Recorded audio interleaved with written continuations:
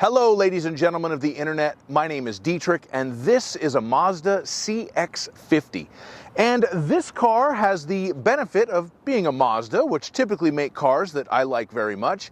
It has the benefit of being a compact, off-road orientated, adventure-ready compact SUV, which is a segment that is very popular right now. And it has the disadvantage of being sort of the younger brother to the Mazda CX-5, which is one of the best small SUVs that you can buy today. So I'm going to review this car for you. We are going to have a look at the differences between it and the CX-5 and also the styling. We are going to look under the hood and check out the engine and transmission. We're going to measure out the cargo space, we'll have a look at the passenger room, and we will look at the convenience features on this CX-50 Premium Plus, and of course the safety features. And if some of that sounds good and some of it doesn't, check the slidey bar down right here to slide around and find the parts you want to watch. So we'll start by talking about the differences between the CX-50 and the CX-5.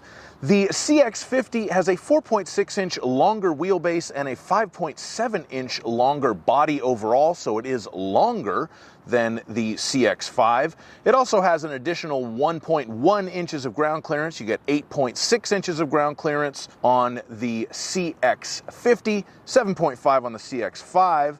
However, the overall height of the CX-50 is lower. It's got a maximum height of 63.9 inches, whereas the CX-5 has a maximum height of 66.3. Mazda say they did this to make it easier to load bicycles and stand-up paddleboards and snowboards and such onto the roof rails. The net result is that the car kind of looks smushed down from the outside. I really am not a fan of the styling on the CX-50. I think the CX-5 overall is much cleaner and a much more pleasing shape to the eye. Especially on the front end, I think the CX-50 suffers. The headlights are not as nice as those on the CX-5, and then you have this big black bit that juts out from the headlights and goes underneath the bumper. It's not really a good-looking car to my eye, whereas the CX-5 definitely is. But it should be noted the CX-50 was the first Mazda to have an optional panoramic moonroof, which this Premium Plus model is equipped with. So if that's something that really does it for you, we got that. Now we'll have a look under the hood at the engine and transmission. This particular CX-50 is equipped with Mazda's venerable 2.5-liter Skyactiv G 4-cylinder engine. We have 187 horsepower and 186 torque, and it does a very good job. But in this particular car, I would probably recommend upgrading to the turbo. The turbo engine puts out a maximum output of 256 horsepower and 320 torque, which is a considerable bump over this one. It would just make this particular car a little bit more interesting and more fun to drive, because it's not that interesting or that fun to drive without the turbo engine. Notably, the CX-5 that I drove I thought was fine with this particular 187 horsepower engine, because the handling and the steering was better than it is on the CX-50. Whether you get a CX-50, a CX-5, or a turbo or a non-turbo, they're all hooked up to a 6-speed automatic transmission with standard all-wheel drive. Mazda's 6-speed automatic does do a pretty good job of always staying in the right gear, being smooth, being unobtrusive. It is a good automatic transmission. It is a little bit lacking in the gear department in this day and age. Most of its competitors are going to have 8-speed transmissions or 10-speed transmissions, or even CVTs, which I know a lot of people hate, but you get a wider range of drive ratios there. So a little bit behind the times with the 6-speed auto, but some people love it because it is a little bit less complex and a little bit more reliable than some of those other transmissions. So long term, that may be a good thing. Overall, the powertrain department, these cars are very, very solid, but in the CX-50, if you can stretch to the turbo, get it, because it would make the car a little bit more fun. Now we are going to measure out the cargo space in this CX-50, so let's open our power rear liftgate, get out our laser beam tape measure and do just that. The length of the rear cargo area from the bottom of the back seat to the rear of the cargo area with the seat up, 3 feet and 5 inches. The maximum width of the cargo area from right by the 12-volt outlet there to right there is 4 feet and 7 inches.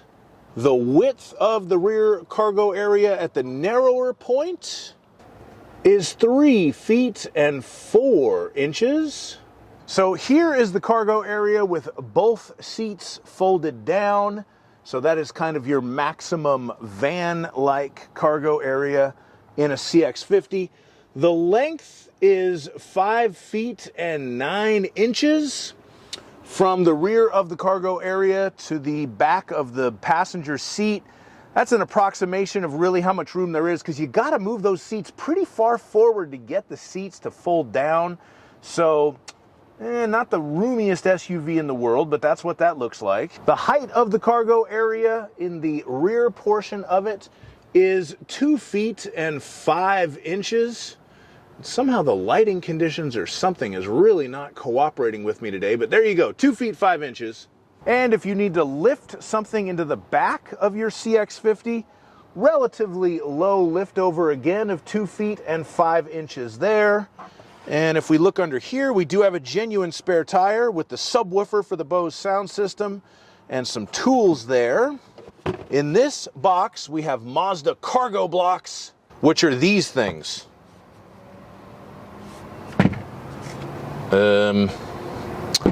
Apparently that's how you use them, whatever that means to you.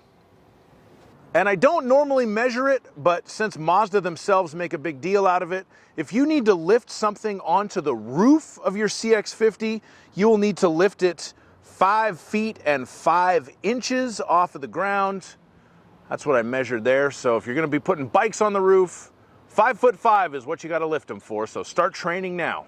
Now we are going to move on to the passenger room component. And for this test, I use myself. I'm 6'5", so let's see if I can sit behind myself in a CX-50.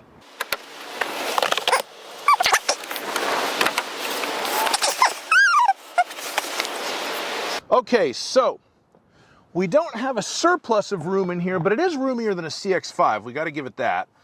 My knees are not touching the dash in the front. I'm sitting upright. My head is almost up against the glass of the panoramic moonroof, but it's not, so that's fine. And if I get in the back, my knees are kind of in the back seat. I kind of, you know what? The headroom hurts back here. That's the lower roof line, but I'll call it roomier than a CX-5. And look at that cabin. We do have rear air vents and 2 USB-A ports for charging devices in the back. There's no room behind me in my natural driving position, but, you know, that's what you get when you're as big as I am. Now we'll move on to the interior and talk about the features in here, and I do have the window sticker for this vehicle here. This is a 2024 Mazda CX-50 Premium Plus model. The Premium Plus package does give you quite a bit of equipment. You have the larger 20-inch alloy wheels.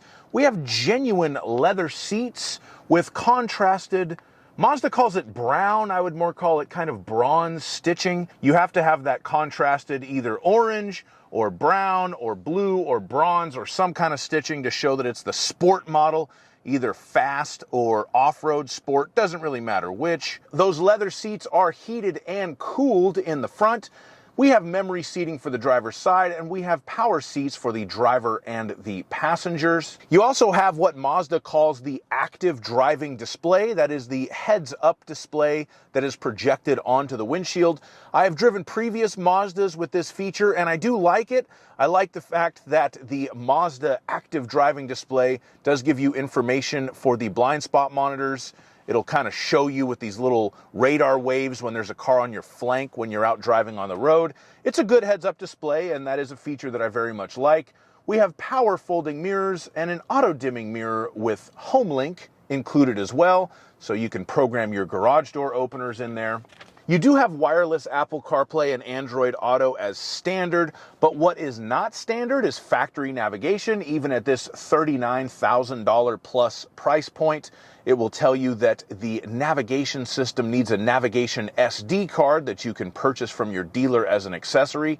This was something that I thought was really cool on the base model Mazda CX-5 that I reviewed, because at $28,000, You don't expect factory navigation at that price point, but it could be easily added to the vehicle.